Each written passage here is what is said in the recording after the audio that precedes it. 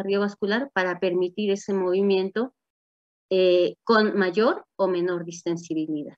Entonces, lo que vamos a estudiar es eso, cómo se está moviendo ese fluido en todo ese sistema de vasos y qué factores se oponen o pudieran favorecer ese movimiento. Nosotros, pues ya sabemos, lo hemos repetido muchas veces, yo creo que hasta ya los tengo cansados, de acordarnos que la principal función del sistema cardiovascular es garantizar la perfusión. Sabemos que tiene una función de bomba que realiza el corazón y sabemos también que si lo viéramos por separado, tiene dos circuitos que funcionan en cierto modo de forma independiente, pero también lo hacen funcionar como un solo, están plenamente sincronizados y que eso lo hacen que sea un sistema cerrado, ¿no? La sangre que eyecta el corazón es la misma que va a retornar a él en cierta forma. Sabemos que ese movimiento de la sangre que se da a través de los diferentes vasos es gracias a la función que tiene el corazón como bomba, a la capacidad que tiene de contraerse y a grandes presiones lanzar, eyectar esa sangre hacia los sistemas de vasos y que lo hace por medio de gradientes, ¿no? De gradientes que van de mayor presión a donde hay menor presión y eso permite que la sangre fluya, permite el movimiento. Sin embargo, también tenemos que estudiar la composición de la sangre, porque la composición de la sangre, pues más o menos, en personas sanas es más o menos estable, y eso va a garantizar que el flujo sea constante, pero también pudiera tener modificaciones. Y finalmente, pues ya vemos que esa sangre se va conduciendo hacia los diferentes vasos para llevarlo a los diferentes sistemas o subsistemas, como quieran decirles, y que eso va a garantizar que ese vaso se vaya ramificando, vaya siendo una ramificación progresiva que va a ir disminuyendo la resistencia vascular hasta llegar a manejar presiones menores en los capilares para que se pueda llevar a cabo ese intercambio, ¿no? Ese intercambio de sustancias. A nivel capilar, pues el intercambio de diversas sustancias, que acuérdense que no solamente son nutrientes, sino también son sustancias de desecho, pues va a estar facilitado por múltiples cosas, como son la distancia que hay entre la célula y el capilar, siendo muy poquita, siendo muy corta, y que generalmente el contacto que tiene la sangre con las células, pues es mayor a nivel de esta zona, además de que el flujo en este circuito, en esta zona, pues es un flujo mínimo, ¿no? A nivel capilar va un poco más lento y eso permite realizar el intercambio. Entonces, pues vamos a recordar un poquito quiénes nos ayudan o facilitan que esta sangre, que este circuito fluya, ¿sí? ¿Quiénes son los componentes de esta circulación? Pues es el corazón como bomba, que ya lo hemos estudiado, ya vimos las fases, ya vimos el volumen que se eyecta, ya vimos cómo se llena, y lo que influye en modificar esta función de bomba, ¿no? O alterar, aumentar o disminuir esta función de bomba. Tenemos a los vasos. Vamos a ocuparnos ahorita de los vasos. Los vasos son conductos de transporte. Sin embargo, no es una cañería ni son tubos rígidos, ¿verdad? Son tubos que tienen un diámetro y una estructura de acuerdo a donde se localicen y de acuerdo a la función que realicen. Ya dentro de las leyes de distribución arterial veíamos que cuando es un vaso o cuando es un tejido que necesita ser vascularizado en forma muy rica, porque es un tejido que realiza gran actividad metabólica, pues obviamente va a tener mayor cantidad de vasos, va a estar ricamente vascularizado para que pueda realizar esas funciones. Además, pues son estructuras, son circuitos dinámicos, ¿no? No están estáticos, no están sin movimiento. Se van a mover, a contraer, a relajarse, inclusive a proliferar y formar nuevos vasos en base a lo que se vaya generando en sus diferentes secciones.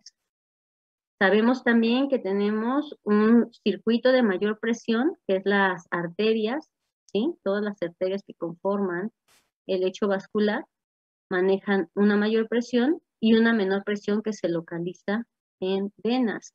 y que para que pueda regresar esta sangre nuevamente hacia la aurícula derecha, pues necesita ser propulsada. Y la otra, que sería que es importante comentar, pues sería la sangre, ¿no? Pero, perdón, antes de hablar de esto, pues aquí es importante que recordemos que los vasos, lo que ya les había dicho en la clase anterior, los vasos, las que conducen la sangre, ¿sí? Las grandes arterias de conductancia, como son la aorta, y que tienen un diámetro mayor de 10 milímetros, pues su histología le permite eso, ¿no? Resistir a las variaciones de presión que pudiera encontrarse a este nivel, modificando su diámetro, y pues la va a llevar hacia las arterias de distribución o arterias musculares, donde estas, pues obviamente se van a encargar de distribuir, valga la redundancia, esa sangre a los diferentes tejidos, y pues aquí es donde vamos a encontrar mayor o menor resistencia, ya sea por las funciones de cada uno de los órganos o los que se esté manifestando en cada uno de ellos. Y pues a nivel de estas resistencias periféricas que vayan ofreciendo los vasos, pues es lo que va a determinar o va a modificar o va a controlar, además del flujo sanguíneo, la tensión arterial, que va a ser el tema de la siguiente clase. Muy bien, entonces el otro componente pues es la sangre. La sangre pues sabemos que tiene gran cantidad de agua, ¿sí? Tiene macromoléculas y tiene gran cantidad de células. De aquí las que más nos importan, y ahorita les voy a decir por qué, son los glóbulos rojos, los eritrocitos o también conocidos como hematíes. ¿Por qué nos importan tanto los hematíes? Porque ellos van a determinar la viscosidad que tenga la sangre. Si es muy espesa o si es muy delgada, ¿sí? ¿Quién determina la viscosidad? Pues el número o el porcentaje de células, que son los hematíes o glóbulos rojos. Si yo saco un tubito de una persona X y le pongo la sangre, perdón, que le extraigo, la pongo en un tubo y la centrifugo, se va a separar en dos componentes, en el plasma y en el porcentaje de células. Aquí el porcentaje de células, pues sí hay más células como leucocitos y plaquetas, pero las que nos determinan la viscosidad son los glóbulos rojos, que nos van a determinar el hematocrito. Este hematocrito o esta cantidad de células puede verse modificado, pues sí, sí puede verse modificado. Fisiológicamente, por ejemplo, si vas a la montaña y decides mudarte ahí a las grandes montañas, pues obviamente la presión atmosférica va a disminuir. Por lo tanto, son pacientes que sus necesidades de oxígeno van a estar disminuidas. Entonces, en una función o en una acción por tratar de regularse, recordemos que todo el sistema requiere mantenerse en equilibrio, pues lo que va a producir es mayor cantidad de células rojas. Por lo tanto, las personas que viven en latitudes muy altas, pues van a tener un hematocrito más grande, por lo tanto, su sangre va a tener mayor viscosidad, ¿sí? Los pacientes patológicos, que pudiéramos hablar de ellos, los que fuman, pues también se ve reducida su fracción de oxígeno. El sistema responde produciendo mayor cantidad de células para tratar de garantizar la oxigenación, pero esto incrementa la viscosidad, ¿no? Incrementa y hace que la sangre sea, pues obviamente, más densa. Y por el otro lado, tendríamos, pues, patologías como la anemia, ¿no? La anemia de cualquier tipo, de cualquier origen, es una enfermedad que va a hacer que disminuya el número de hematíes, el número de células rojas, y por lo tanto la viscosidad va a disminuir, haciéndose un líquido, pues más, ¿cómo se llama? Perdone. Más delgadito, ¿no? Permítanme un segundo. Esto me llegó un mensaje que sí.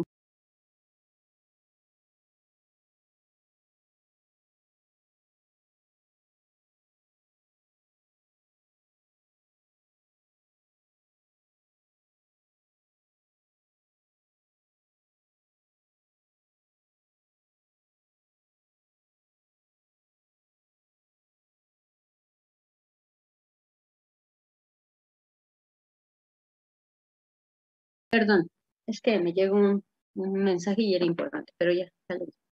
Entonces, comentaba yo con la anemia, ¿no? Entonces va a hacer que la viscosidad disminuya y entonces que sea pues un líquido más delgado, ¿sí?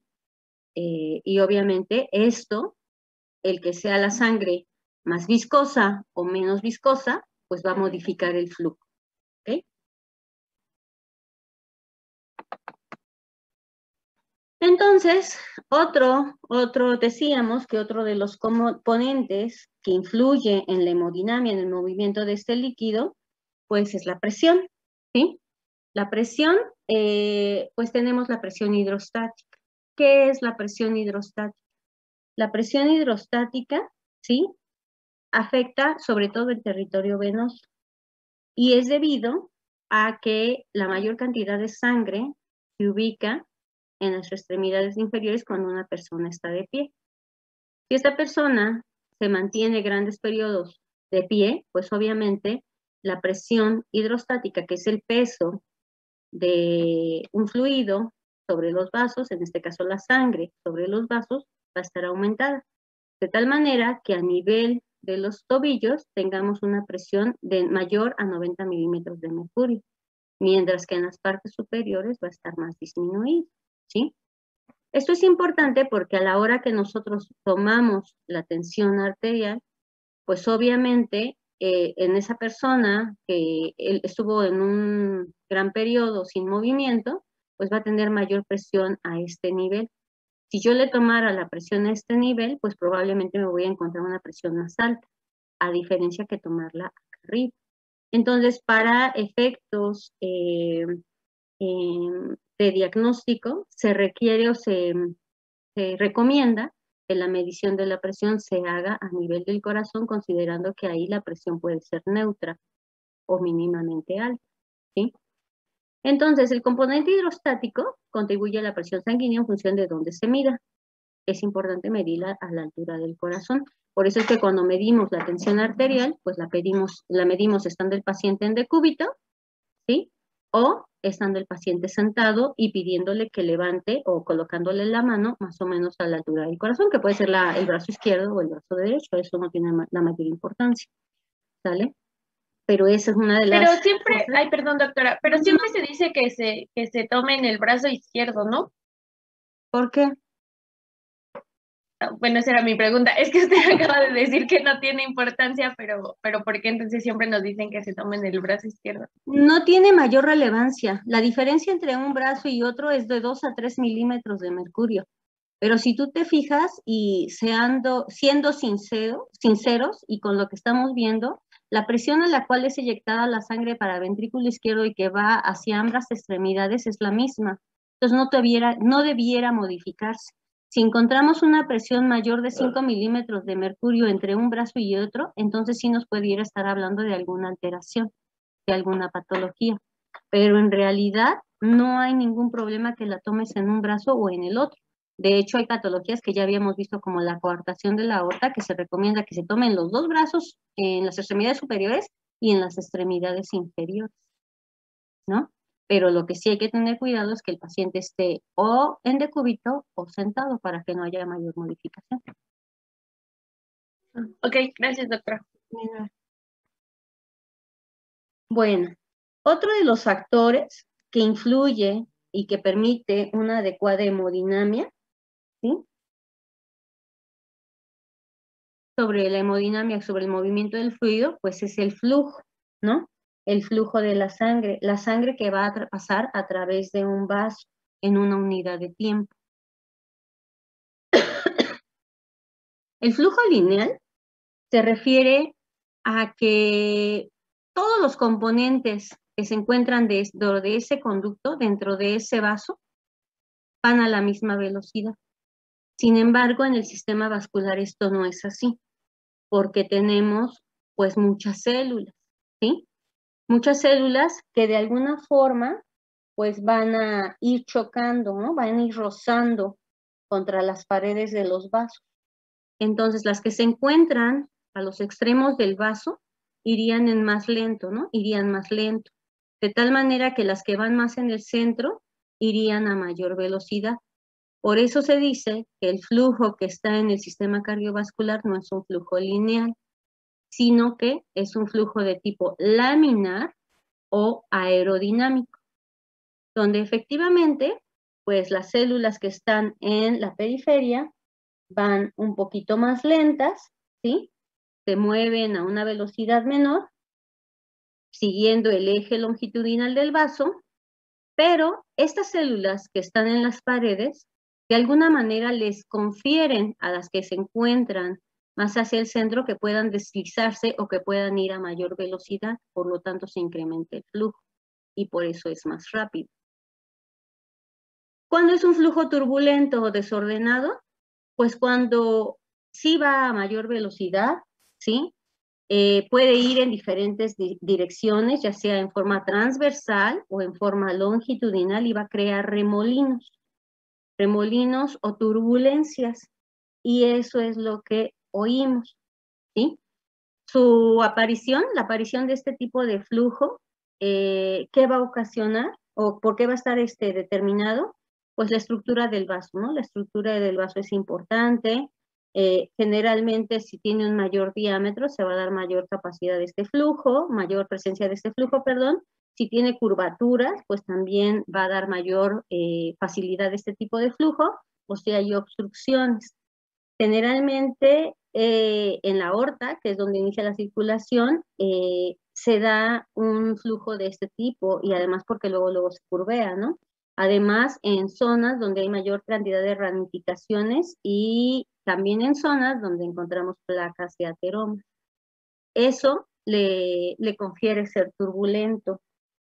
Cuando hay un flujo turbulento, pues va chocando, ¿no? Va chocando más con el vaso, con las paredes del vaso, y genera más tensión, se incrementa la tensión en este tipo de pacientes, en pacientes que tienen este problema, ¿sí?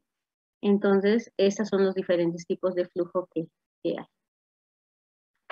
Y pues ya hablando de los vasos, es la resistencia, que hace un momentito pues ya lo tocamos, hablando de la poscarga, y pues esta es la resistencia que ofrecen a nivel del vaso, ¿no? Entonces, el flujo va a generar presión y las diferencias de presión generan flujo, y ya lo veíamos, ¿no? Como hay una diferencia en los gradientes de concentración, hay mayor presión en el extremo arterial y menor presión en el extremo venoso, pues esto es lo que genera que ese fluido se pueda mover. Mayor presión acá, menor presión acá, y la diferencia de presión hace que ese líquido se mueva. Entonces, quien nos habla del flujo de sangre y del movimiento a través de los vasos está determinado por la ley de Ohm. La ley de Ohm nos dice que el flujo sanguíneo es directamente proporcional a la diferencia o gradiente de presión entre los extremos de un vaso e inversamente proporcional a las resistencias vasculares que se oponen al desplazamiento de la sangre. Se puede representar por las dos formas, la fórmula está representada por las dos formas, ¿sí? Donde, pues básicamente, la presión depende del flujo de sangre y de las resistencias que se generen en ese vaso. La resistencia que se opone al paso de esa sangre, ¿sí? Y pues como ya fuimos viendo, desde que vimos el sistema o el inicio del sistema cardiovascular, va eyectándose la sangre del ventrículo izquierdo manteniendo presiones hasta de 120 milímetros de mercurio. Pero hasta que va llegando a las extremidades inferiores, la presión va disminuyendo progresivamente. Por lo tanto, si disminuye la presión, pues va a disminuir la resistencia. Nuevamente lo comento, en una persona sana y en la cual el fluido, en este caso la sangre, tenga la consistencia adecuada. Entonces, la ley de Ohm de eso nos habla del flujo de sangre a través del vaso, ¿sí? Lo que ya les comenté, la diferencia de las presiones nos garantizan el flujo, pero también ese paso, ese flujo de sangre, ese movimiento de sangre a través de los vasos, debe de ir venciendo las resistencias para que pueda seguir avanzando. ¿Y quién va a determinar las resistencias? Pues el diámetro del vaso.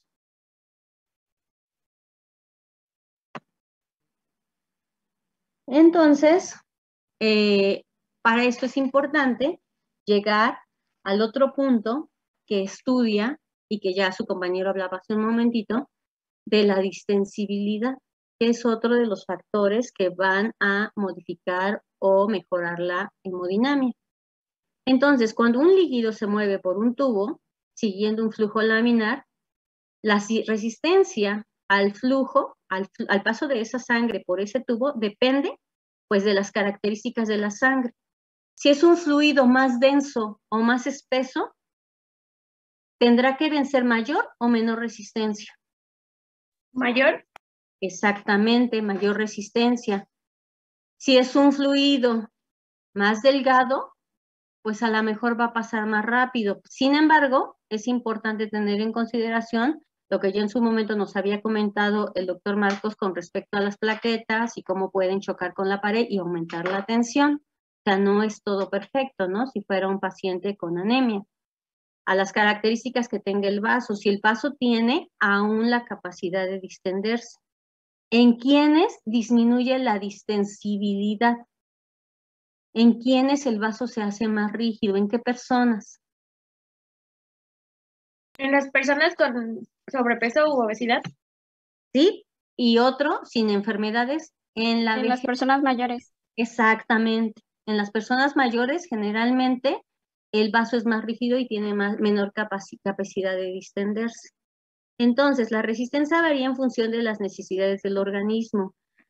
Hay diferentes sustancias que actúan en el vaso para favorecer el cierre o la apertura del vaso, que se pueda abrir, que pueda modificar su radio. Los cambios en la resistencia van a ser determinados por el calibre del vaso. Si es un vaso donde su calibre sea muy chiquito, muy estrecho, va a haber mayor resistencia. Si hay un vaso que se puede distender lo suficiente, pues va a disminuir la resistencia, ¿no? Y aquí el ejemplo que les pongo, el más sencillo, el que ya hemos usado mucho, es el ejercicio. Cuando hay ejercicio y estimulación simpática, aumenta la frecuencia de contracción, aumenta la fuerza de contracción, pero a nivel de vasos hay distensibilidad. Se distienden, aumenta su radio vascular y al aumentar el radio vascular, generalmente disminuye la resistencia y por lo tanto aumenta el flujo.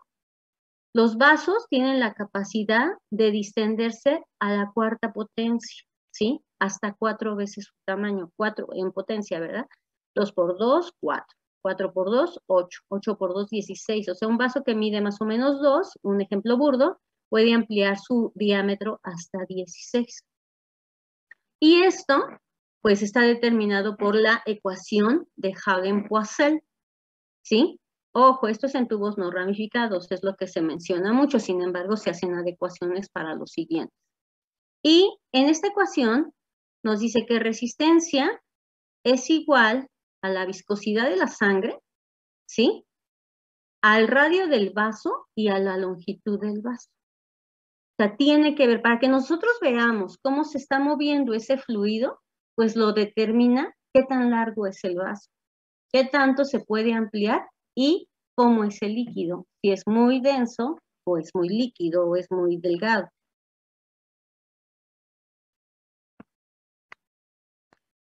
Ahora, nosotros estamos checando cómo se mueve ese líquido, ¿sí? Cómo se mueve ese fluido a través de los diferentes vasos, dependiendo su calibre. Eso se le dice conductancia. El líquido se está moviendo, es la medición de ese líquido a través de un vaso, ¿sí? Para dar una diferencia de presión. Nosotros estamos checando cómo se está moviendo ese líquido a través del vaso. Y pues eso se llama conductancia, se está conduciendo por ese vaso. A mayor conductancia, mayor presión. Los cambios, igual que lo anterior, los cambios en el diámetro de un vaso afectan la conductancia. Si es un vaso donde el calibre sea más pequeñito, ¿sí? Pues obviamente se va a conducir de manera más lenta. Si es amplio, se va a conducir más rápidamente. Y aquí lo que les decía hace un momento, ¿no? La conductancia del vaso aumenta en proporción a la cuarta potencia del diámetro, ley de Hagen-Poiseuille. A mayor diámetro, mayor velocidad de flujo, lo que les acabo de comentar hace un momento. Por eso es que lo checamos tanto. ¿Quién puede modificar esta velocidad de flujo? Pues que el vaso se haga más chiquito o se amplíe su tamaño. Pero acordémonos que además de las sustancias que pueden hacer vasoconstricción, cerrándolo o vasodilatándolo, haciéndolo más grande, también podemos tener las placas de ateroma, que van a hacer que se reduzca el diámetro del vaso y por lo tanto disminuya la conductancia. ¿Vale? Ahora, hace un momento les dije que el sistema cardiovascular desde que sale se va ramificando. Al irse ramificando, eso permite que la resistencia a la cual se va a enfrentar la sangre, el fluido que va circulando por estos vasos, estas ramificaciones permiten que la resistencia vaya disminuyendo. Entonces, pues tenemos resistencias en serie y resistencias en paralelo. Las resistencias en serie, pues son como su nombre lo dice, ¿no? En serie, se conectan entre sí. Y generalmente, pues es como la suma de las resistencias individuales. Es decir, quiere decir que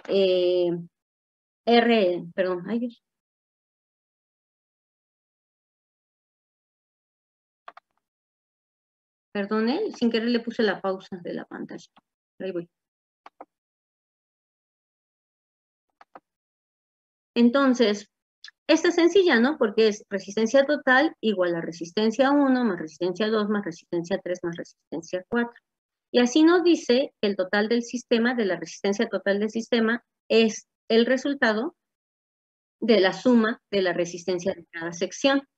Es decir, yo puedo medir la resistencia de las grandes arterias, luego de las pequeñas arterias, de las arteriolas, capilares, vénulas y venas, y todos ellos, que son resistencias en paralelo, me van a dar la resistencia total. ¿Sí? Y eso lo permite porque el vaso se va ramificando. Sin embargo, también tenemos dentro de cada órgano que los diferentes vasos, pues así como que actúan en forma independiente. Hay un vaso principal que los nutre y este vaso se va ramificando.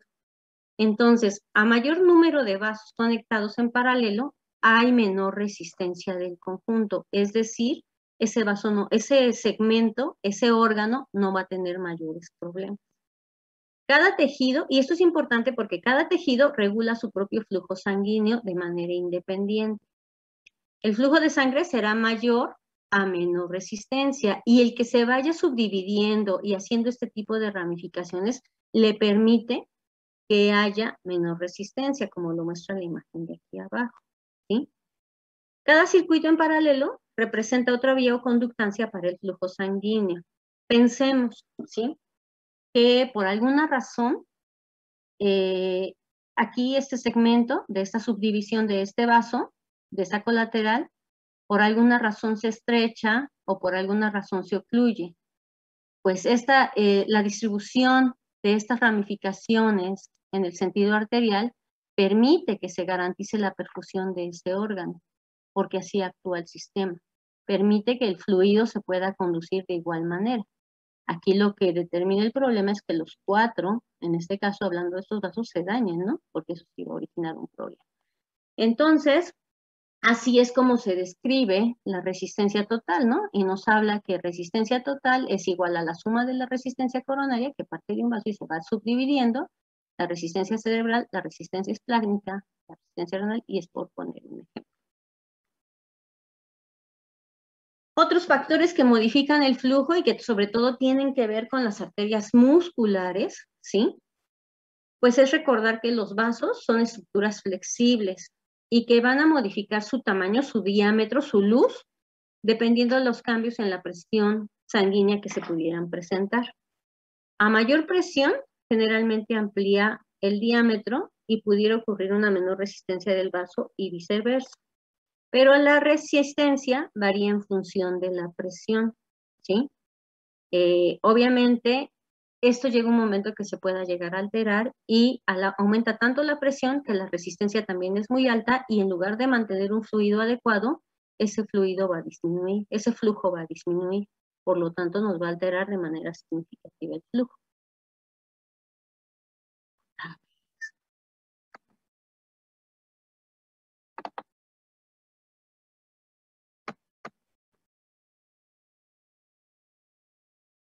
Otra, el tono vascular.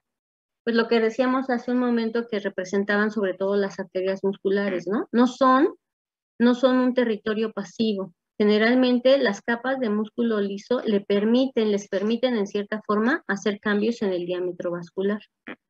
Estos cambios en el diámetro vascular van a modificar, aumentar o disminuir la resistencia, y esta resistencia va a regular el flujo de acuerdo a las necesidades de cada tejido. Eso se llama autorregulación.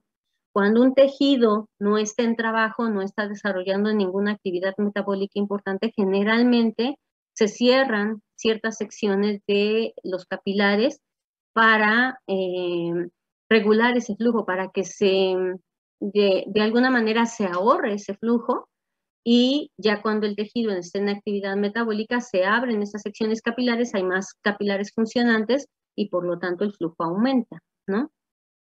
Las presiones externas, lo que decíamos hace un rato en relación a lo que puede haber fuera del corazón, algunos territorios, el diámetro vascular, la resistencia y el flujo sanguíneo pueden afectarse de acuerdo a lo que se encuentre fuera de ellos, ¿no? Algún tipo de lesión fuera de los vasos, ¿sí?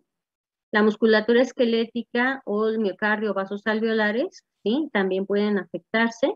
Y pues estas variaciones en las diferentes presiones pueden modificar el flujo, ya sea que sea aumentado o que sea disminuido. Generalmente lo disminuye, ¿no? Ese es el gran problema.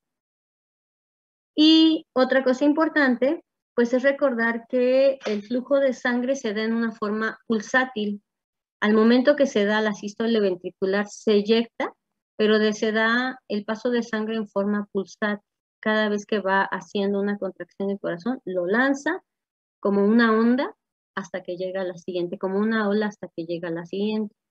Tras la fase de eyección, la pared arterial es distendida, se contrae elásticamente, la presión va disminuyendo a medida que la sangre se va desplazando hacia las arterias periféricas, hasta que viene, como les dije hace un momento, la siguiente ola, ¿no? O la siguiente pulsación que eyecta nuevamente la sangre.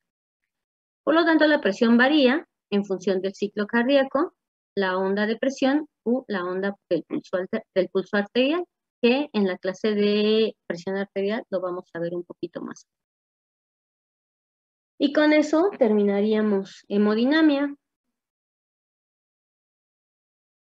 No sé si hay algún comentario.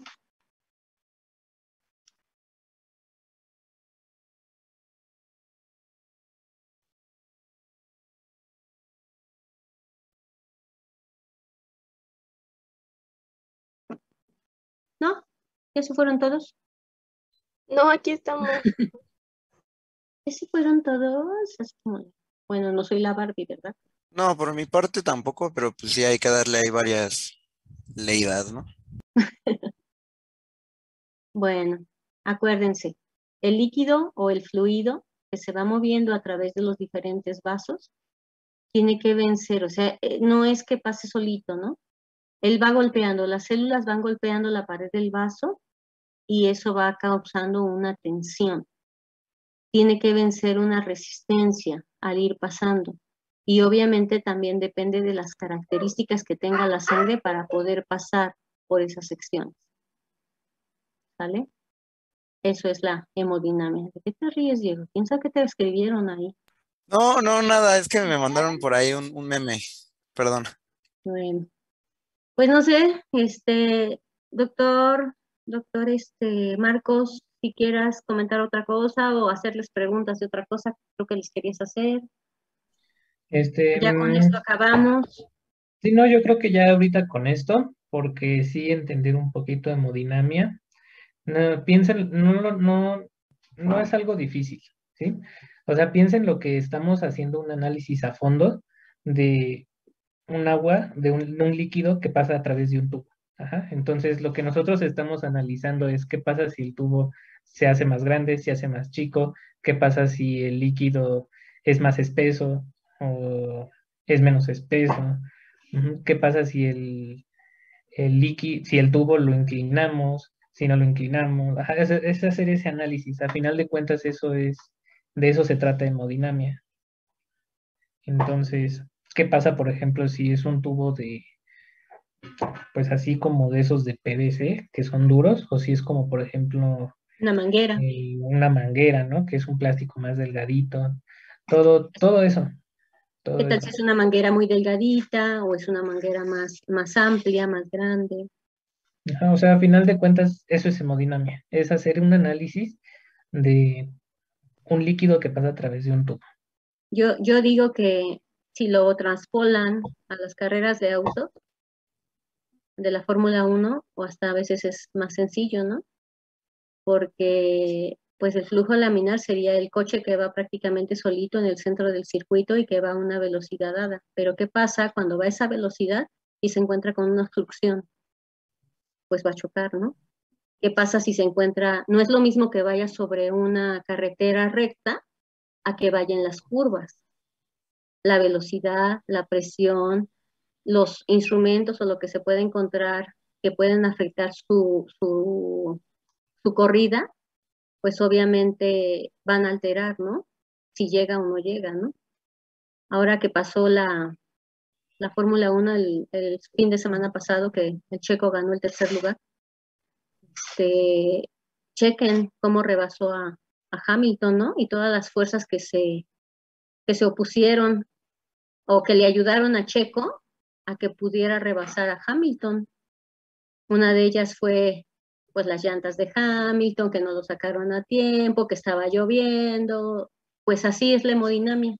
Todos los factores influyen en el movimiento de la sangre, que tienen que ver con la distensibilidad del vaso, con que se curvea, con que no se curvea, con que, como dijo el doctor Marcos, con que sea un diámetro menor o un diámetro mayor. Todo eso influye y por eso es importante que lo sepamos. Perdón, doctor Marcos, ¿vas a decir algo? No, nada más, bueno, les comento, les voy a pasar un texto sobre gasto cardíaco, es gasto cardíaco y función ventricular. Y sobre ese texto, nada más van a responder una pregunta. La pueden responder en equipo, pero es así, pues desarrollen bien su respuesta. Quiero que describan cuál es la diferencia entre función ventricular y contractilidad. Porque son cosas diferentes. Entonces, y con eso, la siguiente clase, platicamos un poco de principios de insuficiencia cardíaca, porque eso tiene que ver con la reserva cardíaca, todo lo que vimos de esos mecanismos compensadores tienen que ver con las manifestaciones que nosotros vamos a encontrar en insuficiencia cardíaca y en cómo esos mecanismos posteriormente pues van a irse agotando y entonces empiezan a aparecer otros síntomas. Y tiene que ver con esto de la función ventricular y la contractilidad. Se los escribo por WhatsApp para que no se les olvide y ya ahorita se puedan ir a comer. Bueno, Gracias. pues que tengan una bonita tarde, coman sabroso, mande. Quería ver si al final me podía quedar para resolver algunas dudas. Si quieres. ¿Quién eres? Es que no te veo. ¿Jimena? Jimena, sí, Jimena Flores. Sí, claro que sí, Jimena. Gracias. Bueno, cuídense mucho, chicos. Nos vemos pronto. Bye. Gracias, Hasta luego, doctora. hasta luego. Todos tengan buena comida. Gracias.